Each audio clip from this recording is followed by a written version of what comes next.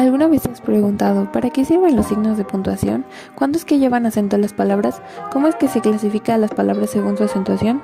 ¿Qué tiempos son simples y cuáles son compuestos?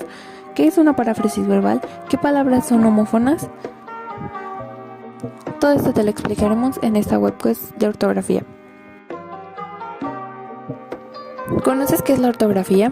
La ortografía no es nada más que un conjunto de normas que regulan la escritura de la lengua. Por lo tanto, la ortografía es la forma correcta de escribir. Si solemos decir que para hablar se aprende hablando, hay que considerar que escribir se aprende escribiendo, leyendo mucho, manejando el diccionario para un vocabulario extenso, así como aprender reglas y dominarlas. También hacer ejercicios. ¿Conoces los signos de puntuación? Entre ellos tenemos la coma, el punto, las comillas, los signos de interrogación, los puntos suspensivos, los paréntesis y los dos puntos. El punto. El punto señala el final de un enunciado, un párrafo o un texto. Después del punto, la norma es escribir la siguiente letra en mayúscula.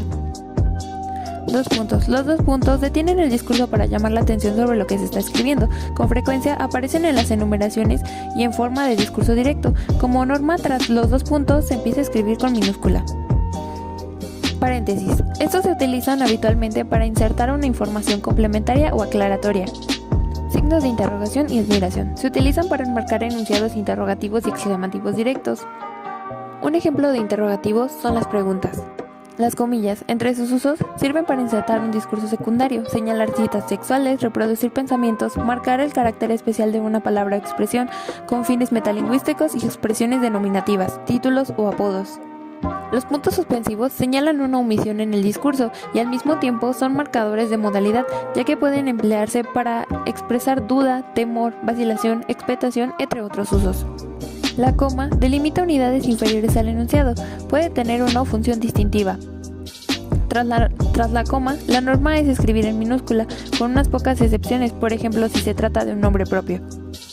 El punto y coma, al igual que la coma, delimita unidades inferiores al enunciado, sin embargo depende de la longitud y complejidad de las secuencias que separa, así como la presencia de otros signos de puntuación. Por lo tanto, su uso está frecuentemente vinculado al criterio de quien escribe. Tras el punto y la coma, la norma es comenzar a escribir en minúscula, exceptuando algunos pocos casos. El acento ortográfico o tilde es la estructura del acento fonético, entendiendo este último como la mayor intensidad o fuerza con la que se pronuncia una sílaba. Es aquella que suena con mayor fuerza que el resto. El acento diacrítico se utiliza en las palabras que se pronuncian igual pero tienen distinto significado, entonces el acento permite diferenciarlas. Aquí dejamos varios ejemplos. ¿Alguna vez te has preguntado qué son las palabras homófonas? Pues las palabras homófonas son aquellas que suenan igual pero se escriben diferente. Por ejemplo, bello de hermoso no es lo mismo que bello de cabello. Y si bien, si te preguntas qué son las palabras homónimas, son aquellas que se escriben diferentes, cuentan con un sonido o pronunciación igual, pero su significación o grafía es diferente. Y si te preguntas qué son los tiempos simples y compuestos, aquí te lo explicamos.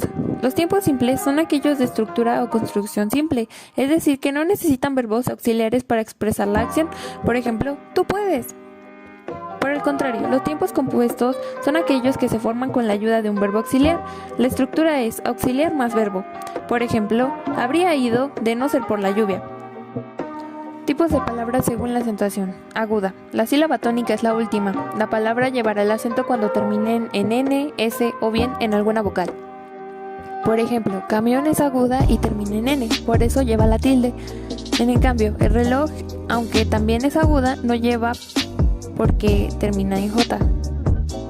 En las palabras graves, la sílaba tónica es la segunda, si se cuenta de adelante hacia atrás, o en la penúltima sílaba, en este caso, son las que no terminan en S o N. En las palabras esdrújulas, su sílaba tónica es la tercera si se cuenta de atrás para adelante. Por regla, estas palabras siempre llevan tilde. En las palabras sobre esdrújulas, la sílaba tónica se encuentra en la antepenúltima sílaba. Por lo general, llevan tilde.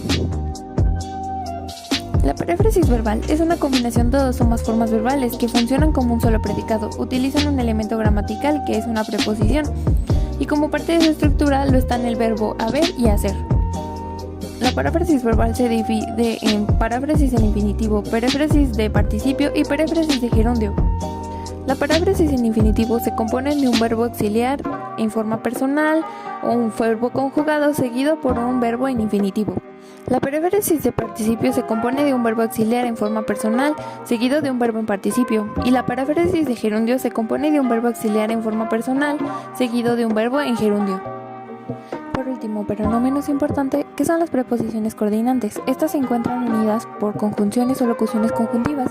El uso de estas ayuda gramaticalmente a que desarrolles mejor tu escritura y ortografía al estructurar tu oración, ya que son nexos que ayudan a la conjugación de oraciones bien estructuradas.